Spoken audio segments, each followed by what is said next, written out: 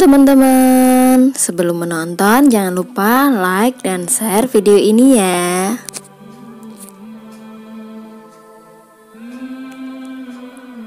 Belajar sambil bermain. Jangan lupa subscribe, bunyikan loncengnya.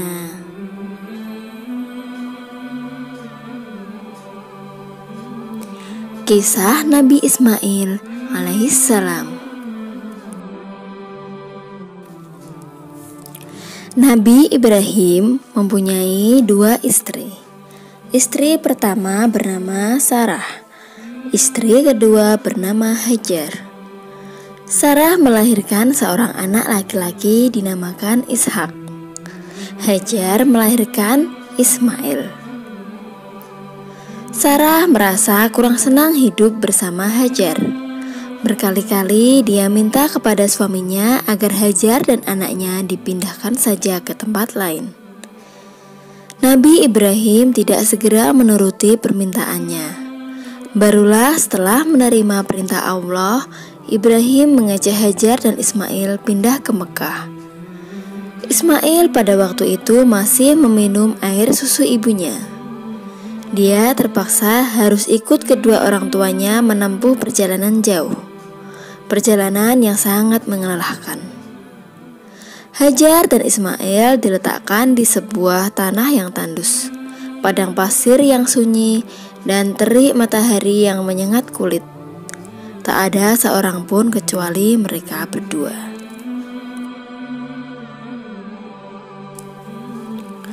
Karena di sekitar tempat itu tak ada mata air, sedangkan perbekalan sudah habis, Ismail pun merasa kehausan. Dia menangis karena tak kuat menahan rasa haus. "Sabarlah anakku, ibu akan mencari air untukmu." Demikian kata Hajar sambil berlari-lari mencari air. "Ya Tuhan, tolonglah hambamu ini yang sedang dalam bahaya kematian. Kami bertambah payah, lemah dan kehausan." Hajar berlari ke Gunung Safa, tetapi tidak terdapat air.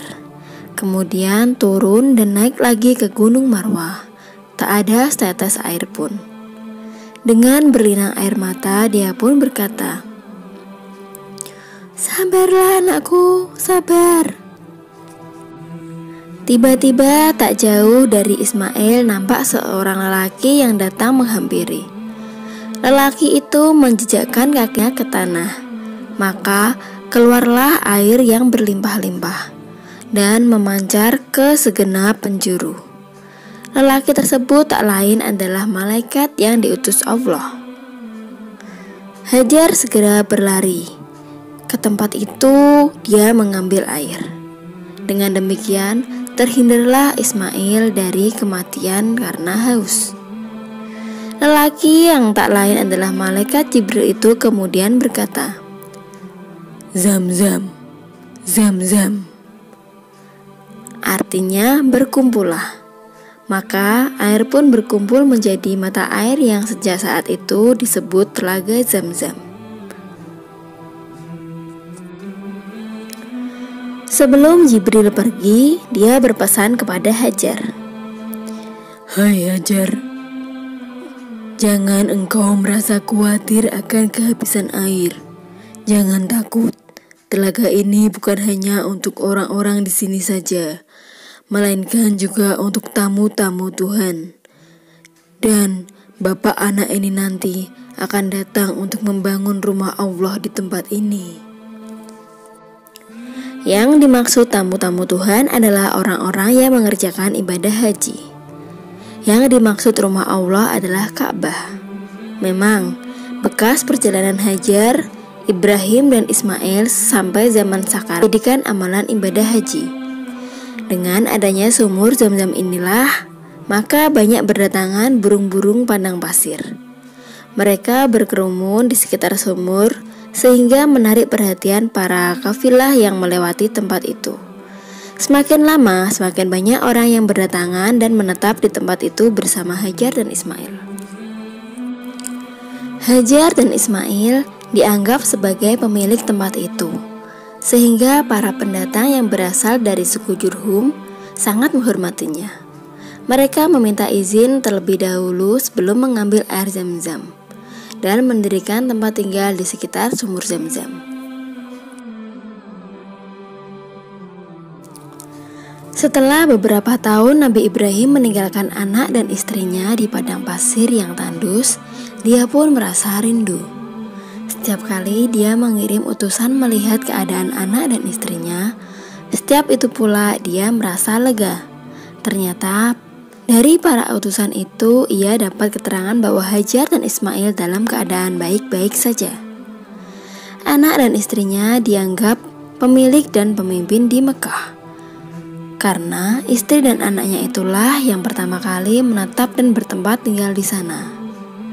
Demikianlah Ibrahim akhirnya tak dapat menahan kerinduannya yang selama ini terpendam. Dia berangkat ke Mekah dan bertemu dengan Hajar dan Ismail di padang Arafah. Anak dan istrinya sedang menggembalakan ternak yang cukup banyak. Dia merasa lega bercampur haru. Ternyata kehidupan istri dan anaknya tidak kurang suatu apapun. Tampaknya malah serba kecukupan. Dalam perjalanan pulang ke Mekah, ketiga anak manusia itu beristirahat di Musdalifah.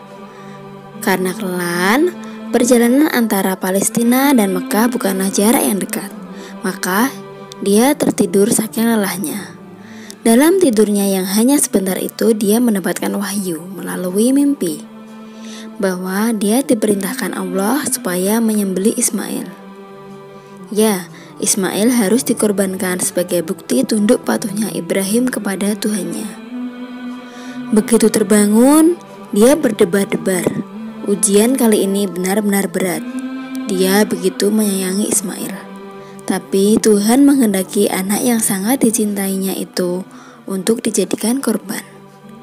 Betapa berat cobaan ini. Lama dia mendambakan anak sebagai penerus generasinya. Ismail adalah anaknya yang pertama. Sebelumnya, dari perkawinannya dengan Sarah, dia belum dikaruniai anak walau usianya sudah sangat lanjut. Kini setelah mendapat anak itu harus dikorbankan. Agak ragu, namun akhirnya dia menguatkan hati demi rasa cintanya yang lebih besar kepada Tuhan. Dia memberitahukan mimpi itu kepada Ismail. Wahai Ismail, aku tadi malam diperintah Allah untuk menyerahkanmu sebagai korban. Aku harus menyembelihmu. Sekarang, bagaimanakah pendapatmu, nak? Wahai ayah, sekiranya itu perintah Allah, maka laksanakanlah apa yang diperintahkan itu, dan aku akan tetap sabar dan ikhlas.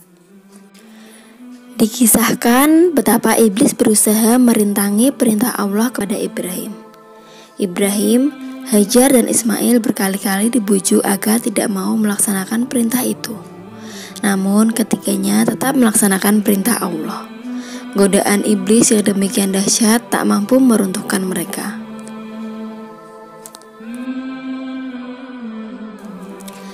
Ismail dibawa ke atas bukit. Wajahnya ditutup kain putih. Pedang sudah disiapkan. Ketika pedang itu berada di atas leher Ismail, hampir menempel, tiba-tiba tubuh Ismail diganti dengan seekor kambing yang gemuk. Malaikat Jibril yang melakukannya. Dengan demikian, selamatlah Ismail dari penyembelihan. Allah berfirman kepada Ibrahim, "Hai Ibrahim, kau sudah melaksanakan perintahku dengan ikhlas. Dan sekarang, sebagai gantinya, aku berikan binatang ternak untuk disembelih. Ini adalah cobaan yang sangat besar bagimu." Peristiwa itu terjadi pada tanggal 10 Zulhijjah di Mina. Hingga sekarang dirayakan umat Islam sebagai Hari Raya Korban atau disebut juga Hari Raya Idul Adha. Umat Islam yang melaksanakan ibadah haji juga melakukan korban di Mina sebagai penghormatan atas Nabi Ibrahim. Nah, adik-adik, Demikian adalah kisah Nabi Ismail alaihissalam. Jangan lupa dukung terus channel ini dengan cara like dan share video ini. Dan jangan lupa klik subscribe, bunyikan loncengnya. Terima kasih. Sampai jumpa di video-video kami selanjutnya. Dadah.